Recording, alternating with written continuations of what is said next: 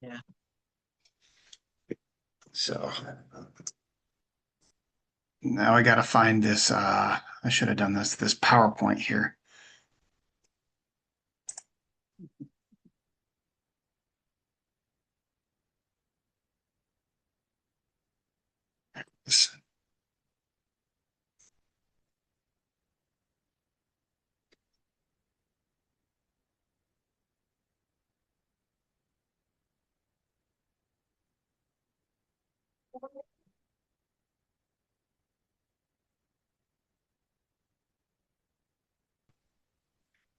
All right.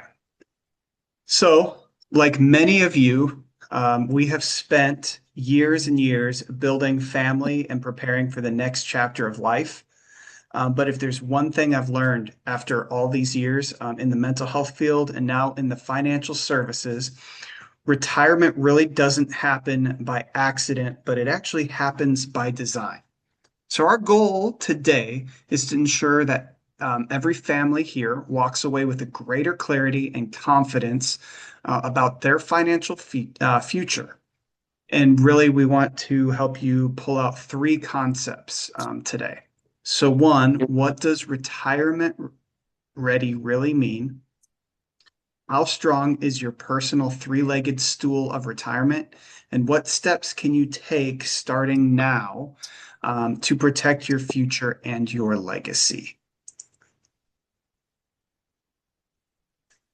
All right, Well, Latricia. thanks, Nate. So retirement looks different for every single one of us on the call today. But retirement, think of retirement as every single one of us trying to get to a destination that requires direction, preparation, and protection. Yet 56% of Americans fear outliving their savings. Think about that. 56% thinks about outliving their savings. So your financial picture is like a roadmap. It includes Social Security, pensions, savings, and how close that income gap actually is. So each decision that we make when it comes to retirement shapes the journey from working to wellness. So think of retirement as a cross country road trip. I think about those days traveling with my grandparents, where they had the old maps guiding them on that road trip. You want to have that map, the car filled up, and a plan in place before you take each road trip. And that's how you want to think about your financial plan. It keeps you on course, it keeps you moving in the right direction. So, my question to each of you on the call today is, what does your retirement roadmap look like? Is it a clear path or is it an unmarked trail? What's our Nate? retirement? Unmarked trail or a clear path? Huh? She said, what's your retirement? Is it a clear path or an unmarked trail for retirement? It's an adventure. It's an It's a whole. adventure. Yes. Yeah.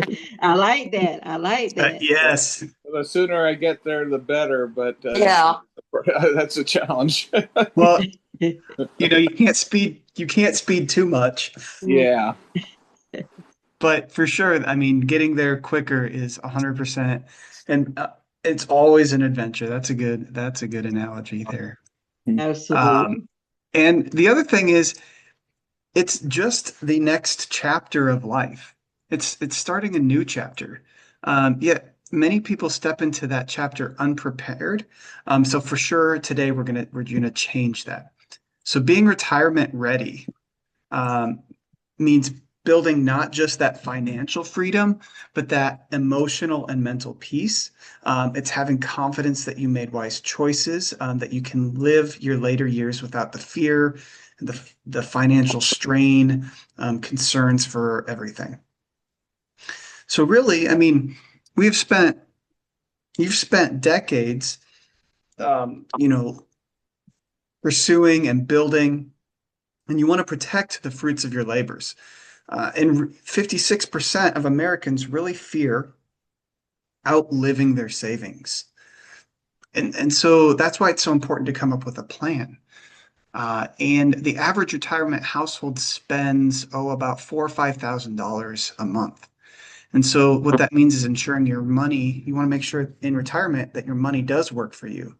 And so you don't have to keep working for your money. This is where chapter 2, your freedom phase. So you can think of retirement like landing a plane. Uh, you can't wait until you're out of fuel to land. You want to be able to plan your descent with fuel in the plane so that you can map your flight and make sure you land well. So, if retirement started tomorrow, what would your current plan support you for the next 25 years? Mhm. Well, if I were to stop working tomorrow, I know that wouldn't happen. But yeah, So, that's what we're working toward, though.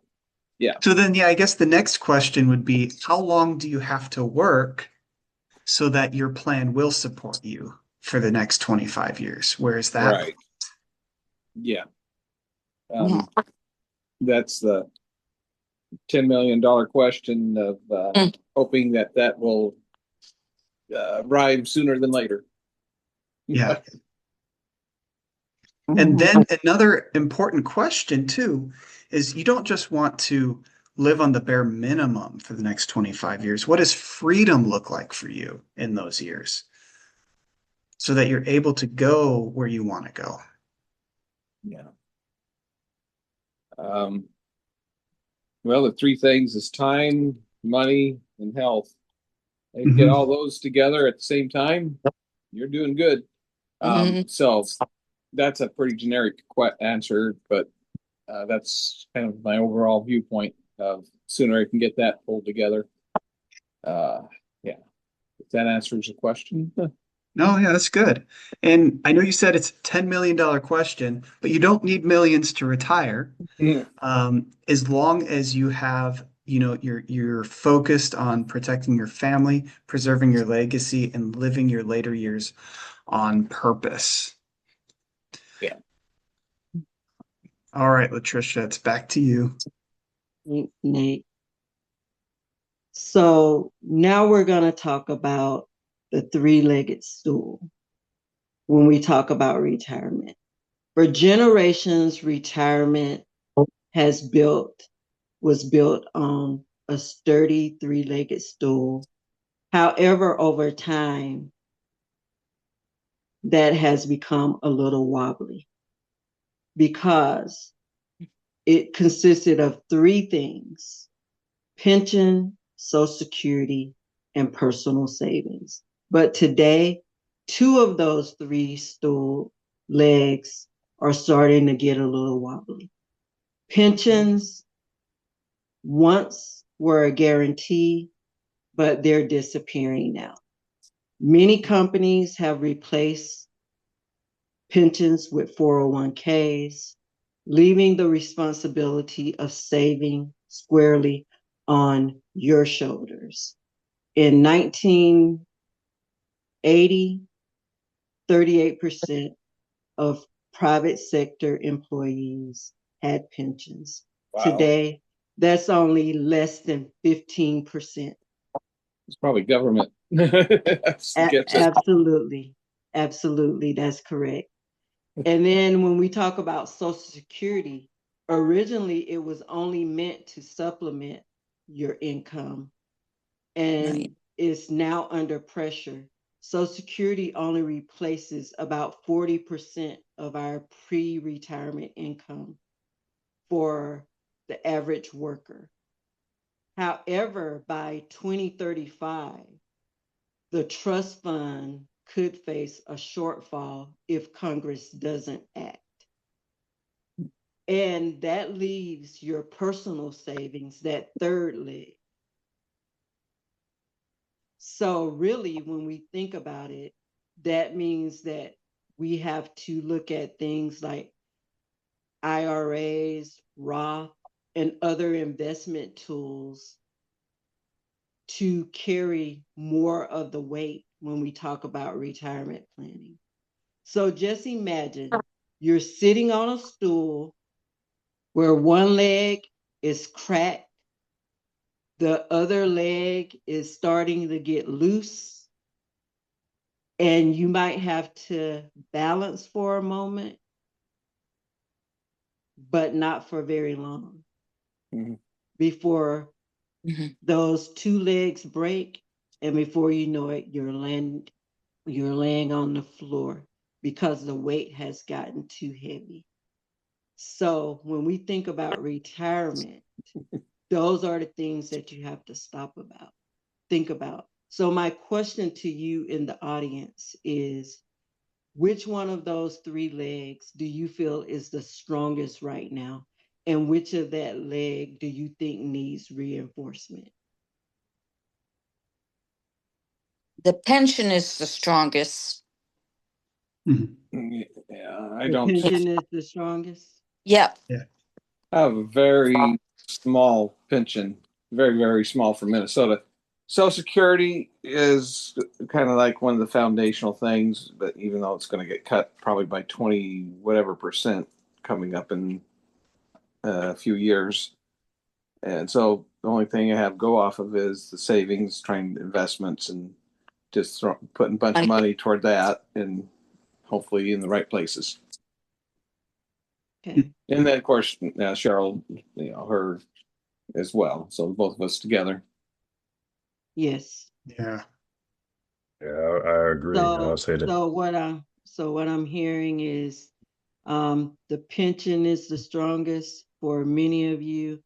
However, knowing that Social Security may or may not be there, like I alluded to, we really need to focus a little bit more on that third leg, which is the savings and the personal responsibility side. Would we Yes. all agree? Yes. Yes. And Yes. making that stronger. Yeah. All right, Nate, back over to you. All right. So, talking about Social Security and diving in a little bit more with that. So many do treat that as it was designed, treat it as the plan, but it's just only part of the plan. It's dependable. And then actually, like you said, it can be foundational. It can help set that foundation piece. But it was never meant to fund the entire retirement by itself. So if it's meant to replace maybe about 40% of your retirement income, that means there's still 60% that we're looking at for pensions or through your savings and other accounts. So the average retirement benefit is it's sitting around $2,000 a month, but it can actually hit as high as $5,000 per month, depending on when you take that Social Security and that retirement age. So definitely understanding those benchmarks can make a huge difference. So even though you can claim it as early as age 62, if you wait to your full retirement age, you make that full 100% of it. And then if you delay beyond to age 70, then you get an additional 8% per year till age 70. So in real talk, so if your full retirement age at 67 is $2,000, if you claimed it early at 62, you'd only get about 1,400. But if you waited until age 70, you'd get 2,480. So depending on when you want to pull that out, it can be about a difference of $1,000, per month. So that's why it's really important to understand which decision is best for you. It's not that one decision is better than the other, but how do you personalize that to make the best decision for you? Then the other thing that I think we're all very well aware of in this environment is taxes and inflation. So 85% of your Social Security benefit can be taxable. It does depend on your overall income.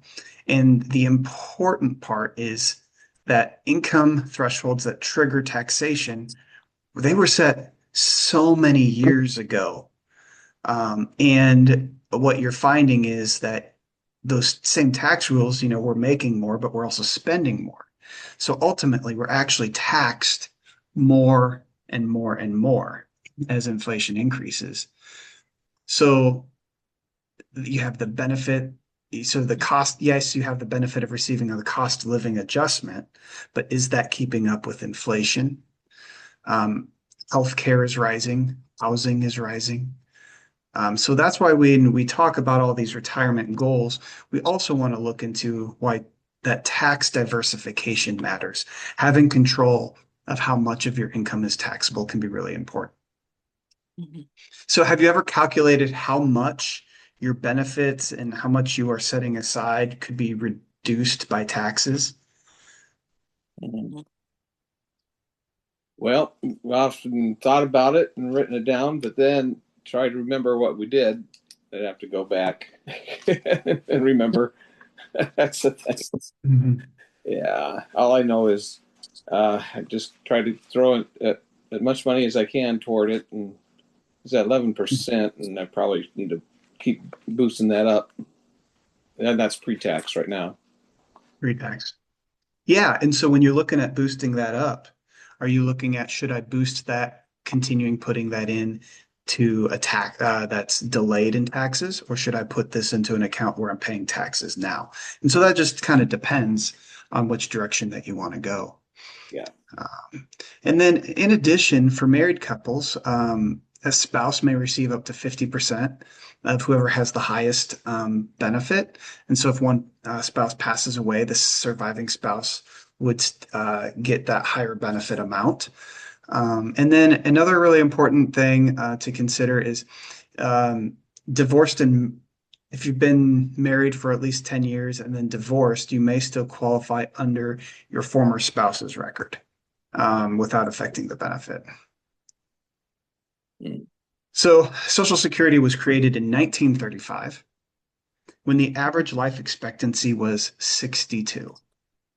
So if I'm not mistaken, we have definitely the life expectancy in Indiana is about, on average, is 78. It's not the best, but it's also not the worst out of all the states. But many people are living well into their 80s and their 90s. And so as we're looking at this, now we have to start planning not for age 62, but for 80s and 90s. So that means retirement's really not short. It can last 25, 30, years or longer. So decisions aren't just necessarily for the next 10 years, they're for the next 20 and 30. So when we're looking at Social Security, that is very dependable. It has inflation adjustment, lifetime income, but it wasn't meant to carry it alone. So when we're looking at this, we definitely want to combine it with other efforts, tax efficient efforts and savings, and coordinating and planning, because the foundation first, and then we want to strategize second so that we're coordinating for the win. Now, Patricia.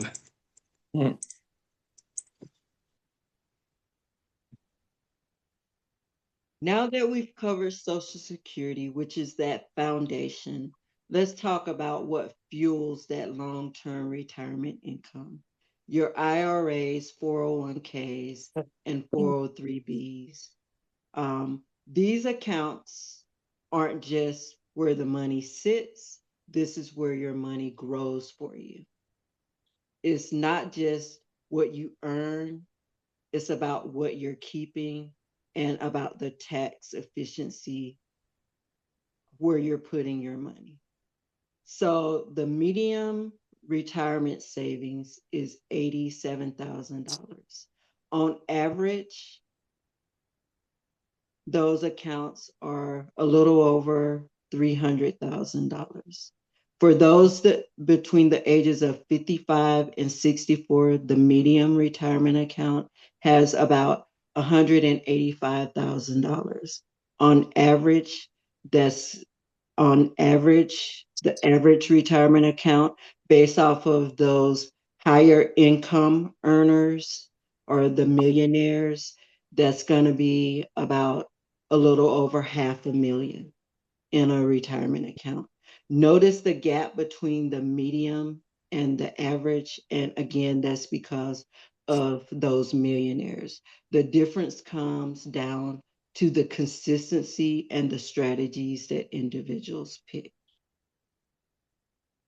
So the contribution limits also come into play when we talk about retirement accounts. Your 401ks and your 403bs.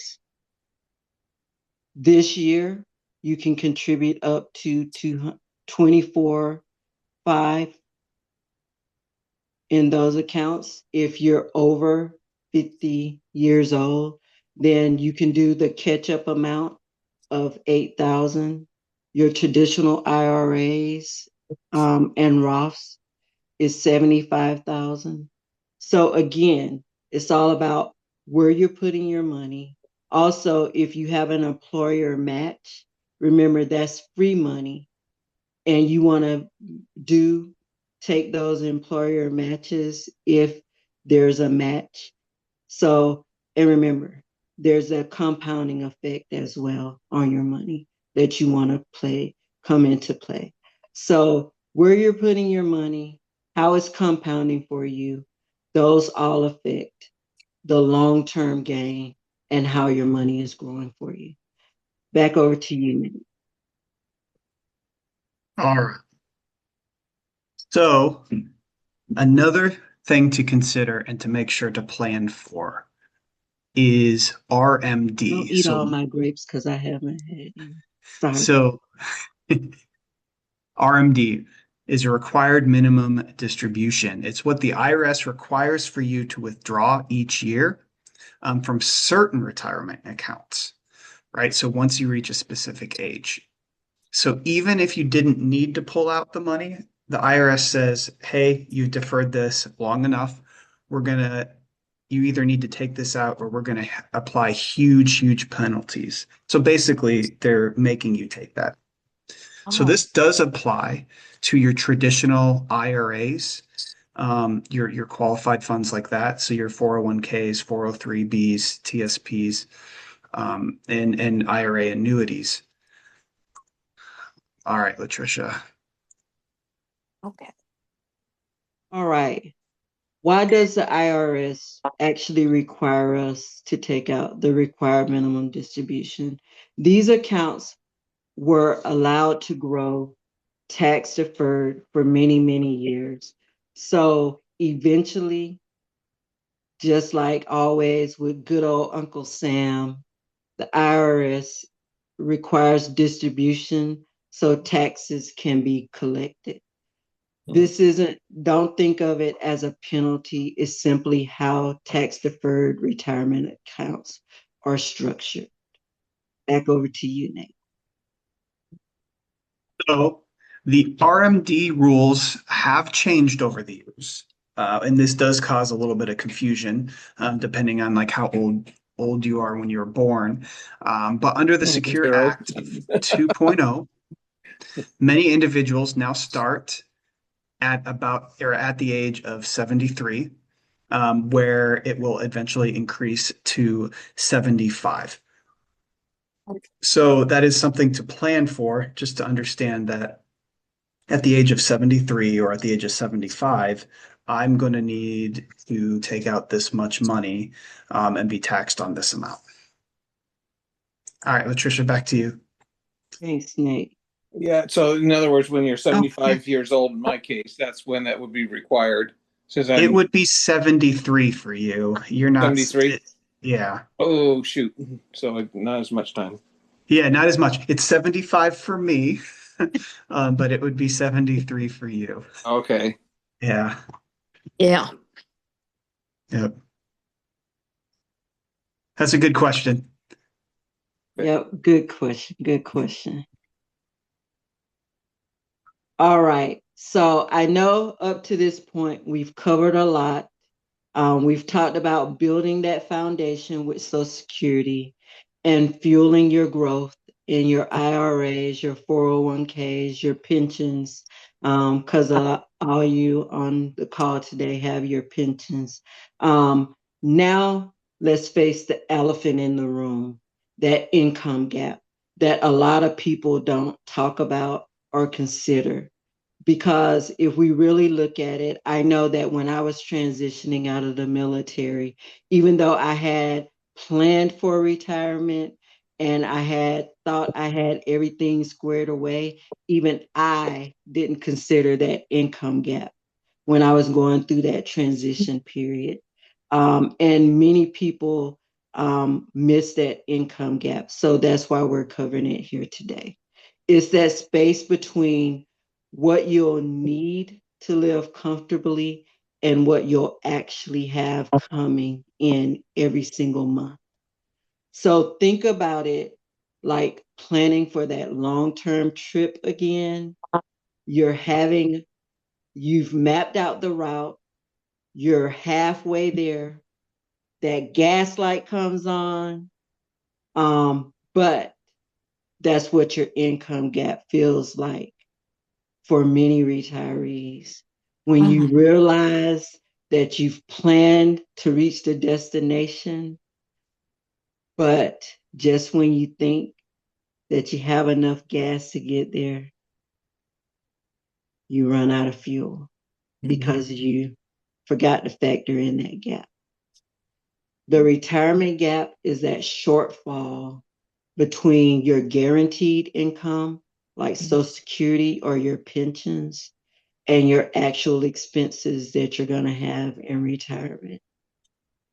Because remember, inflation and taxes, the rising cost of living, those are the things that we can't predict. We can guesstimate, but we can't actually predict them.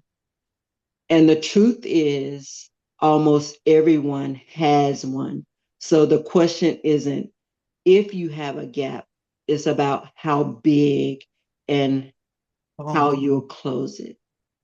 40% of retirees rely on Social Security for 90% or more of their income in retirement in the United States. So when you think about it, most Americans, when it comes to retirement planning, has a huge gap if they're relying solely on Social Security.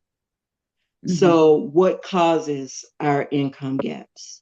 It's the longer life expectancy that Nate talked about earlier.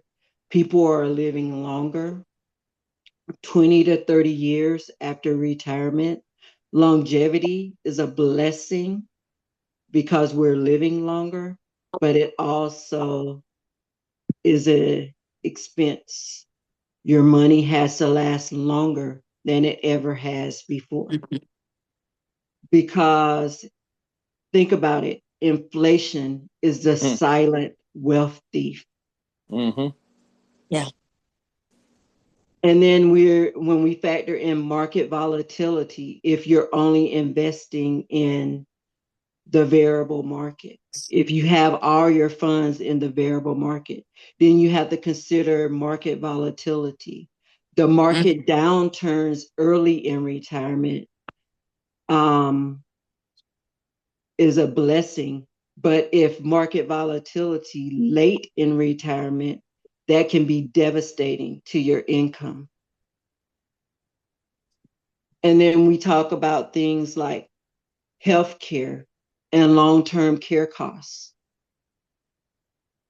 The things that people sometimes forget about because sometimes we may not have our kids that may be in a financial position to care for us. And those things are also things that we have to factor into costs. And those things are rising every single day. I know for me, I've known about the cost of healthcare since my early 20s because I've had to pay for my mom's health care. Mhm. And I know how much I've had to pay for her health care for over 20 years now. And it's risen Yeah. over every single year. Mm. And the insurance company don't even give you a warning. I only knew every single year that it rose by looking at my account and having to call Blue Cross Blue Shield and say, hey, what happened? Why did it increase? So Yeah. they're not gonna give you a warning.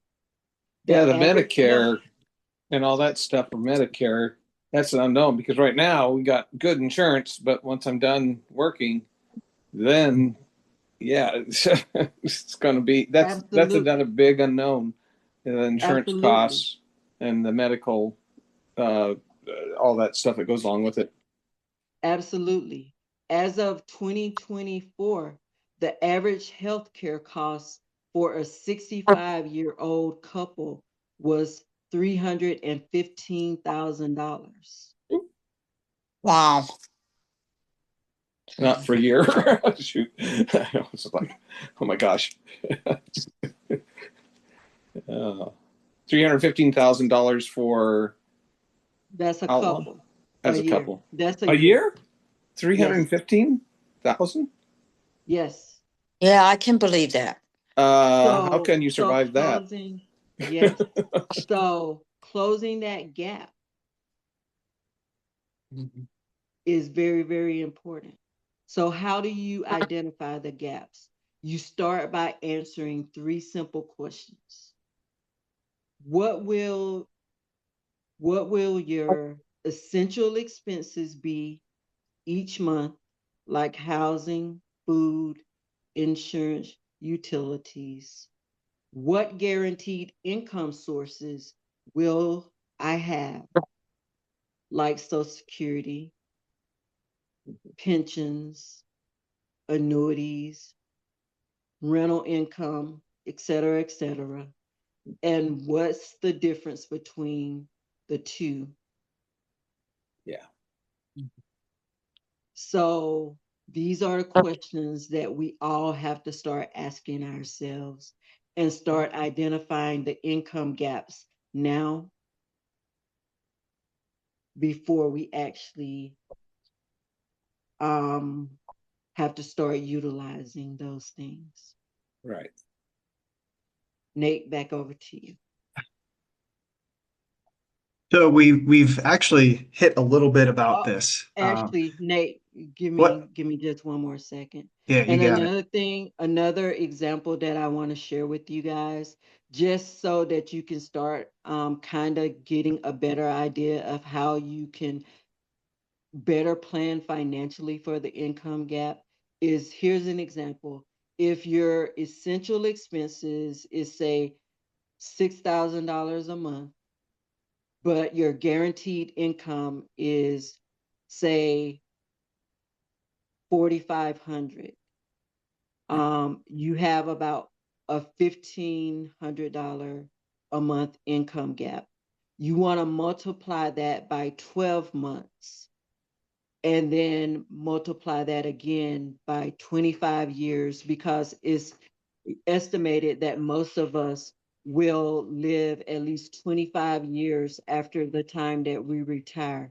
So that's going to give you 450,000 $450,000 that you'll need to plan for. Yes. So that's kind of an example of how you identify your income gap and Mhm. also what you need to plan for. And the Oh, income gap can continue to grow as inflation goes up. right. Exactly.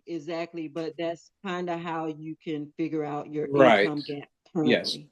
And Yeah. then adjust as inflation increases. Correct. Yeah. Okay, sorry, Nate. I wanted to give them an example of how to figure out the income gap. No, that was great. That income gap is really super important to know.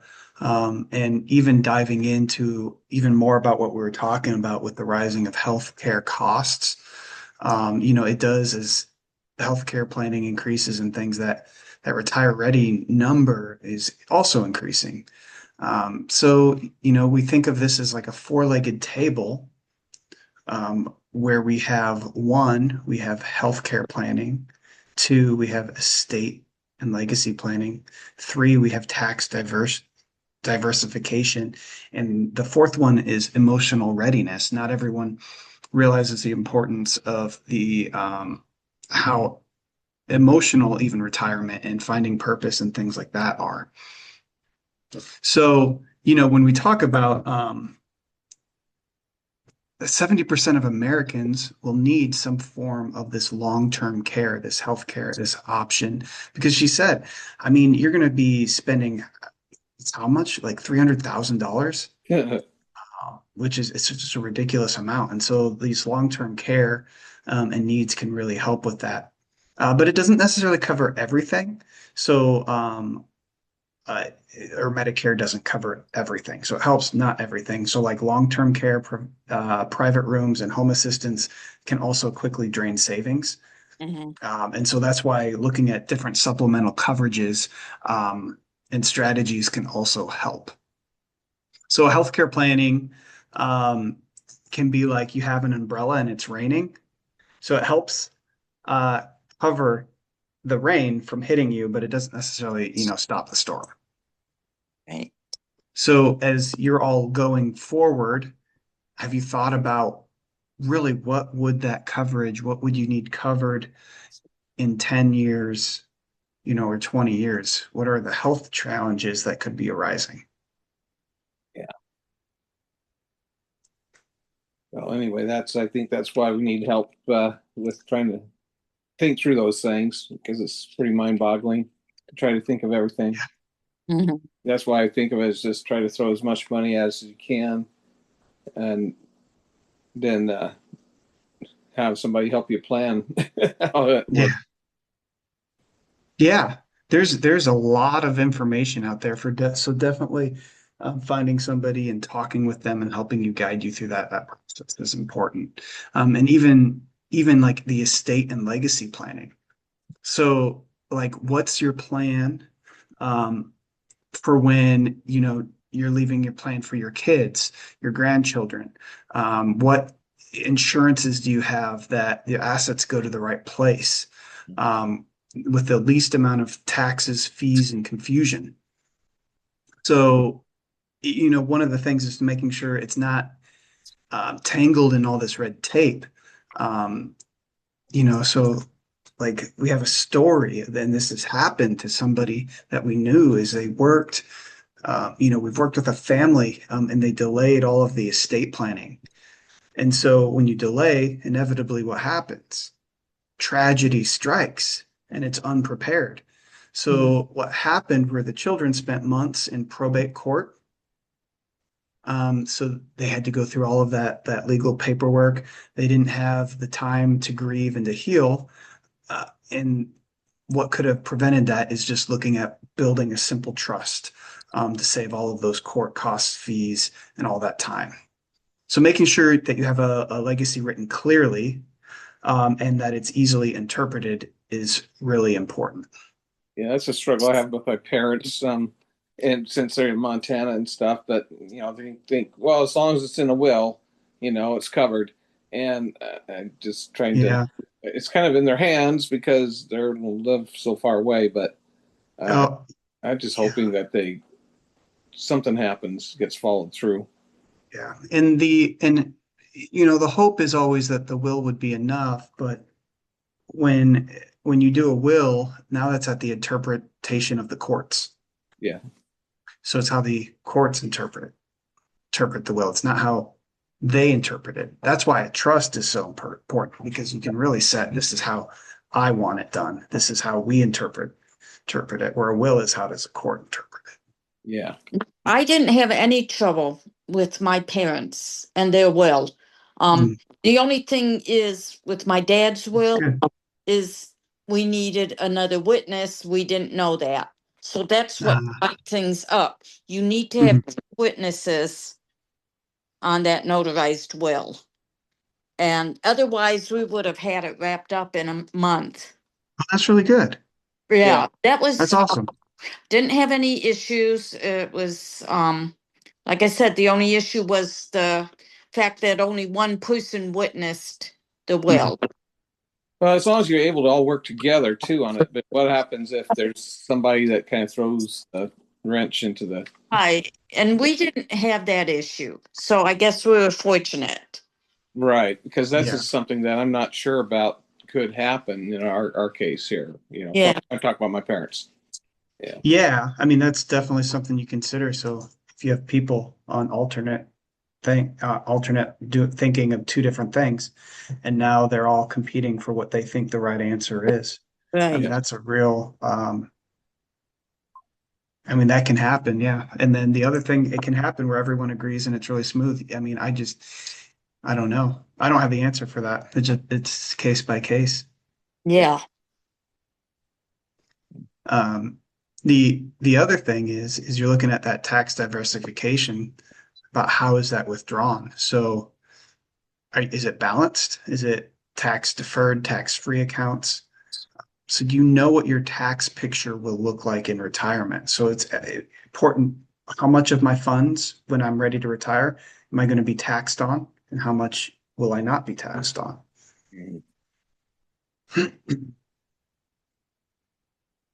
Okay. Yeah. And then the other thing is understanding, and this one gets often overlooked, is the emotional readiness. So you're going through, you've had decades of structure, you're going through, you're working daily, daily, daily, and then you're ready to retire. What do you do after that? It can feel disorienting. Your paycheck every 2 weeks stops, but your purpose doesn't have to. So the happiest retirees replace a lot of, all that working, and they do like volunteering, mentoring, traveling, spending intentional time with family, loved ones, or they have some sort of hobby that they really enjoy. So there's really a lot of importance in finding purpose in retirement. And that's why we've added that as a fourth leg with this. So one thing to consider is what will give your life meaning when you go into retirement and you're no longer working, every day. It's a self motivation, something Right. something to get you out of the house. So per se. Yeah.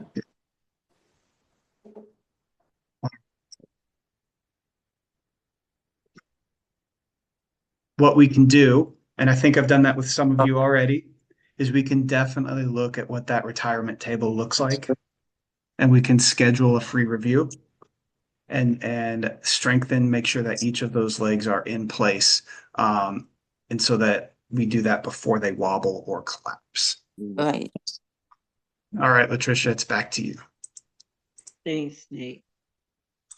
So the emphasis continues to be on learning because only 36% of adults can pass a basic financial literacy quiz. Ooh. Yes, I know. I know. I know. So reading expands our financial vision. I know for me, that's what expanded my financial vision, especially coming from a very small town in Florida. And my parents not really talking to me about finances. I started to increase my knowledge by reading initially, but it also helps us connect the dots between faith, finance, um, freedom, but it also gives us the wisdom that outlasts the trends, the market shifts, and even the income changes. So the first book is that I want to talk to you guys about is Money, Wealth, and Life Insurance. It teaches us how life insurance isn't just about protection, it's about the wealth building tool, how it can be used as a building tool used by the financial savvy.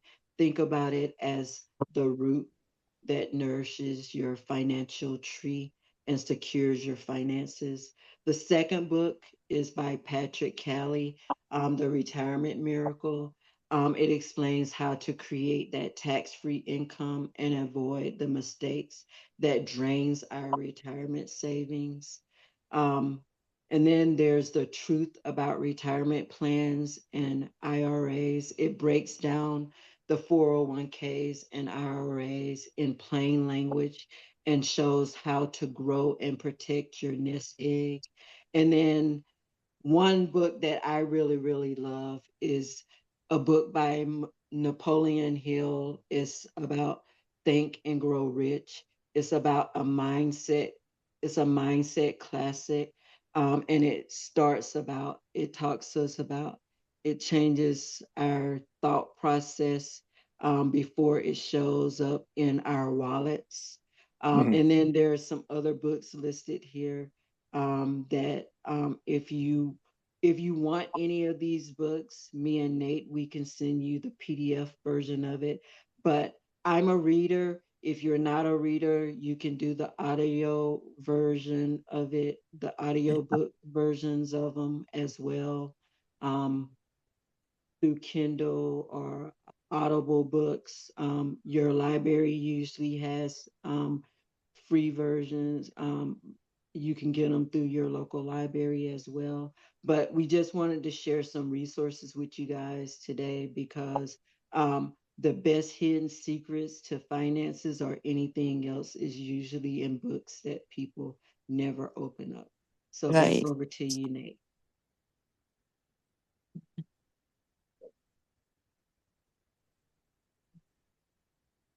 Nate? All right. So also, I sometimes I struggle with reading, but there's a lot of great podcasts out there with a lot of different resources. Although I've read like I think just about every book that was on that list, I've also listened to a lot of podcasts. So here's a few that are really, really good.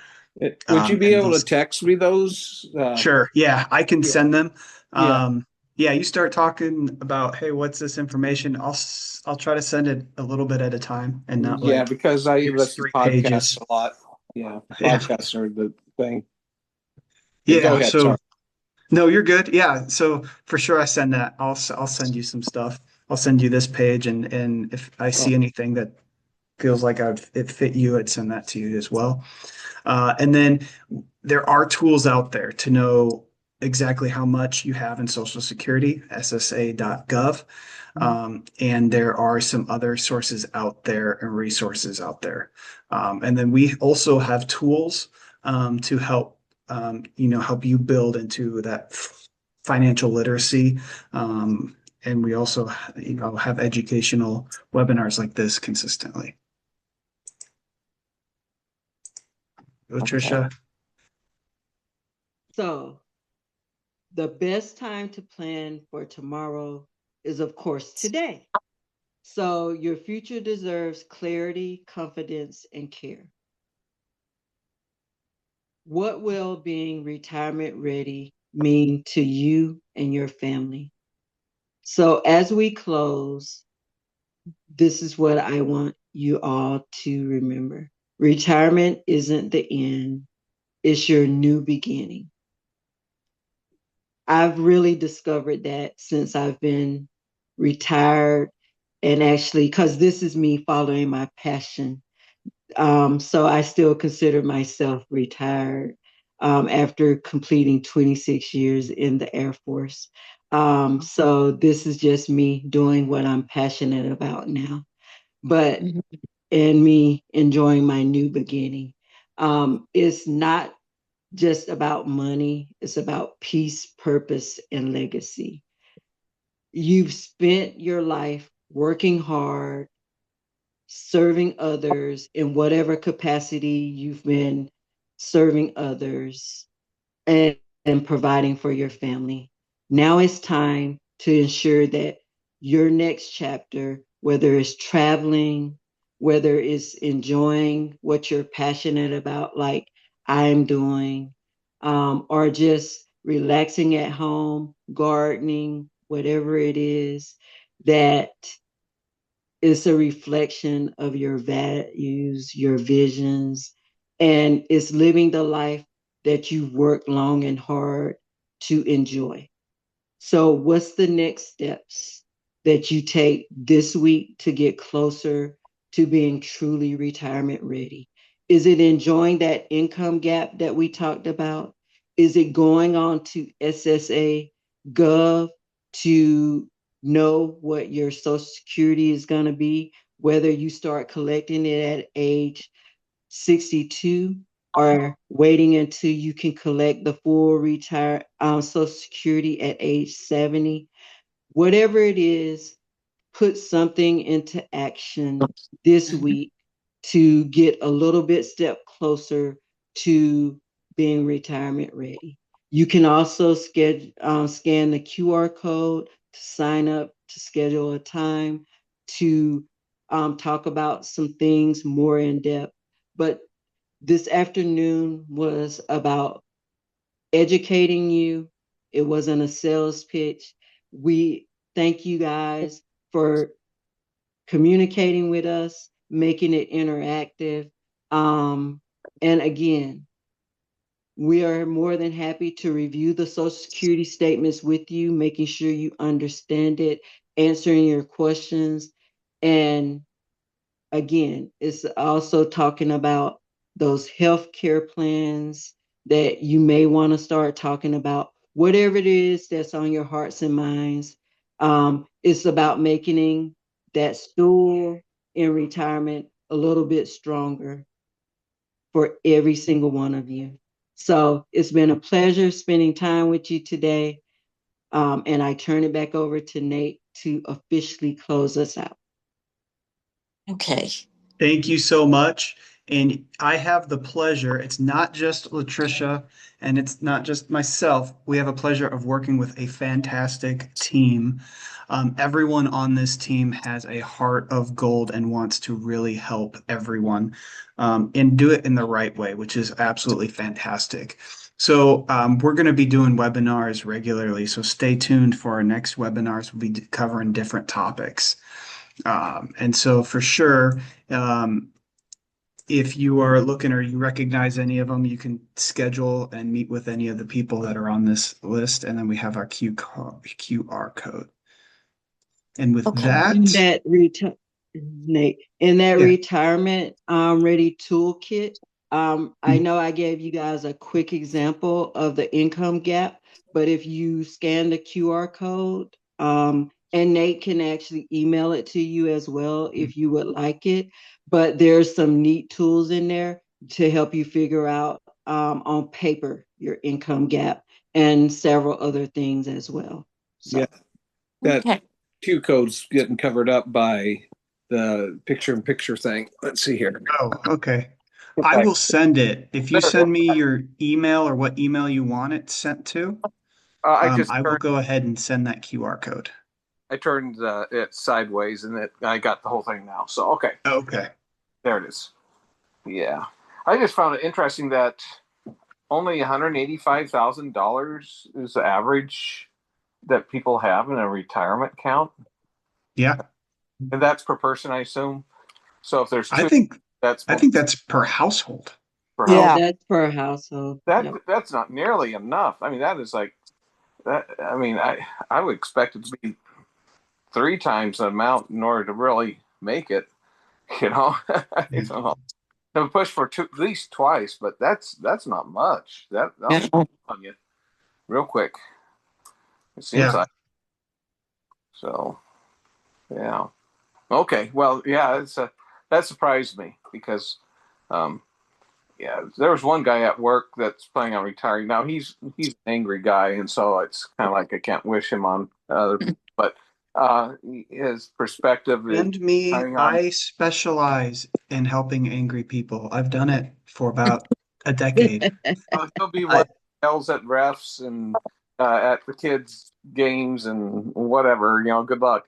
But anyway, he's planning on retiring, but it's like, well, I'll get my debt paid off, and then I can just live off Social Security. Mm-hmm. made that comment, and I'm going, well, you don't argue with him, but you know that Right. he's going to be in trouble. So yeah, that's just a side comment. Some of the people I am with every day, a couple of them are planning on retiring this year, and specifically, and another one whose spouse is planning on retiring this year. So a lot of people retiring or Yeah. planning. Feel free to give them my number. Yeah. And I can't I'm not going to promise. I'll promise I can have a sit down conversation and I help guide them or teach them, maybe some different approaches or different things to look at. Sure. Yeah. Okay. Yeah. Well, good job. Yep. Thank And, you. just When did I retire? I think it was 2013 when Aiden was born. wow. I'm jealous. Now Cheryl, she'll be retiring in a few years. And the thing I'm wondering about is, well, if Social Security, if they're not going to tax on Social Security, then that's one thing. But then if they do, then you have to combine our incomes together, and then that kind of bounces that tax bracket up higher. And so Yeah. Yeah. So there's, yeah. to start collecting. Yeah. Yeah, so that's important to understand. Okay, how much of my retirement that I'll be pulling out will be taxable in retirement? And is there a way that makes sense to lower what my taxable income is? Yes. Yeah. Yeah. So Be nice. that'll be something that we need to plan on and figure out. But have a few years left. I think it's Yeah. February of 2029 is the Mhm. Cheryl. For me, well, I'd love to by then, but yeah. Anyway, we'll have to probably go a few more years, maybe. Yeah. Well, good job. I'll get some information out to others too on that, people I've been talking to or meet with. But yeah, Yep. just I can even send you my Facebook link or my LinkedIn oh, link as well. well, that's a good idea. I do have a professional Facebook page as Oh, Yeah. well, so that I could send you that specific link, and then you could send that to them and not feel bad about it, being my own personal one. okay. Wow, that's a good idea because I could certainly send that off to anybody else through instant messenger or whatever. Mhm. That way you're not like sharing each other's phone numbers and all that stuff if they don't want to. Oh, they can have my phone number. You have I think yours, but I'm talking it's about fine. them handing them out to me and all that stuff. But Oh, yeah, yeah. so cool. Okay, cool. Yeah. Feel free to get that link sent to me. I probably could easily look it up anyway, but I just anything that helps me Yeah, remember. I'll send it to you. It might be difficult for you to find my professional Facebook one because my the other one will pop up for you. I see. Okay. Yeah. Sure. Okay, cool. Good. Well, that's it for now. I have some more specific planning to do, but yeah. Well, Sharon, did you have? Oh, go ahead. I didn't mean to interrupt. at least we're doing something. It Okay. always seems like we can do more, but at least we're doing what we can. Yeah. No, you're doing really well. You're putting away money for retirement and you're putting in a decent amount. Yeah. So, yeah. Yeah. Yeah. Um, Just when taxes are taken out, it's like, ugh, yeah. all that money that man, I'd rather put it Getting toward retirement than stuff that goes toward. Anyway. Yeah. So, okay. Well, thank you very much. I think we're good. Yeah, no problem. Sharon, did you have any questions? No, I can't think of anything. I don't have any retirement. I just have my Social Security. The hell you don't. I have Carl's retirement. Does Carl have any questions? You got any questions, Carl? Hey. Catfish. Nope. All right. All All right. Sounds good. All right. All right. Well, see y'all later. Bye. I think I can hang up here somehow. So okay. Yes. Okay. I think something.